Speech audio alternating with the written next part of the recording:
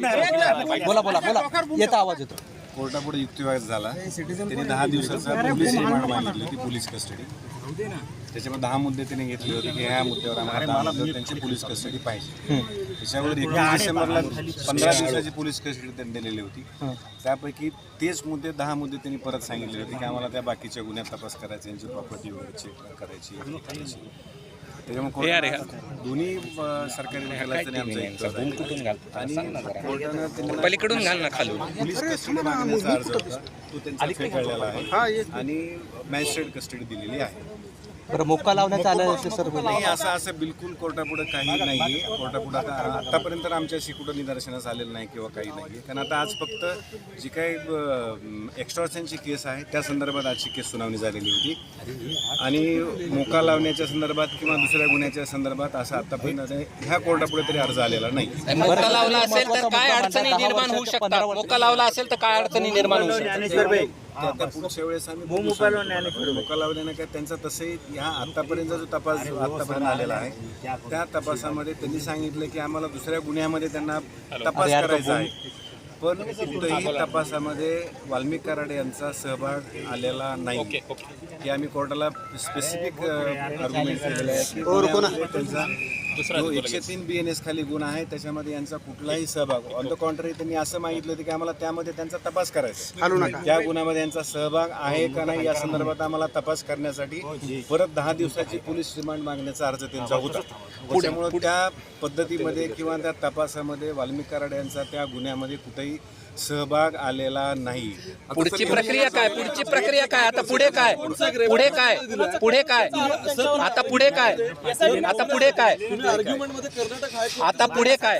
आता पुढे काय? आता आम्ही जमानतचा अर्ज आज दाखल केलेला आहे.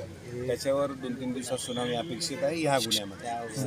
कारण MCR झाल्यामुळे आम्ही आता जमानतीचा अर्ज आजच दाखल केलेला आहे. त्याच्यावर जी कोर्टाच्या याच्याप्रमाणे 2-3 दिवसात. पण मक्का दाखल झाला तर यामध्ये काय प्रोसेस असणार आहे? पुढे मक्का दाखल झाला तर ते कुठल्या कस्टडी? नाही, त्यांना पुन्हा कस्टडी मागतील ना, ते दुसऱ्या गुन्ह्यामध्ये कस्टडी मागतील. मोका लागला ती प्रोसिजर वेगळी आहे, कोर्ट आहे, त्या पद्धतीने बाकीची प्रक्रिया चालेल. कोर्टामध्ये ज्यावेळेस आर्ग्युमेंट सुरू होते त्यावेळेस 10 मुद्दे काय होते?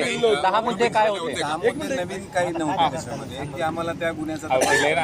बाकीच्या 3 गुन्ह्याचा रेफरन्स झालेला होता.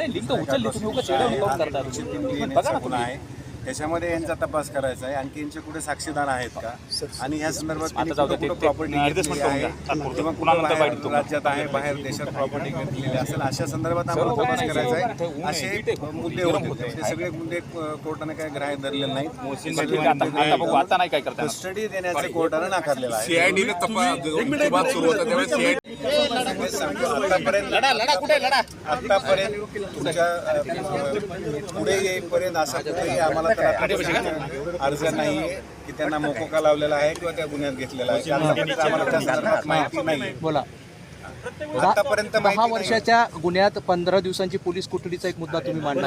आम्ही त्याच्यात असा मुद्दा मांडला की हे जे यांच्या 10 वर्ष 1 वर्ष असं नाही की फक्त 10 वर्ष, मॅक्झिमम 10 वर्ष शिक्षा याच्यामध्ये आहे. त्याच्यामुळे 1 वर्ष ते 10 वर्ष अशा संदर्भात शिक्षा असल्यामुळे आमचं असं म्हणणं होतं की 15 दिवसाची कस्टडी दिलेली आहे ती पूर्ण आहे. त्याच्यामध्ये त्या 15 दिवसात पूर्ण तपास झालेला आहे.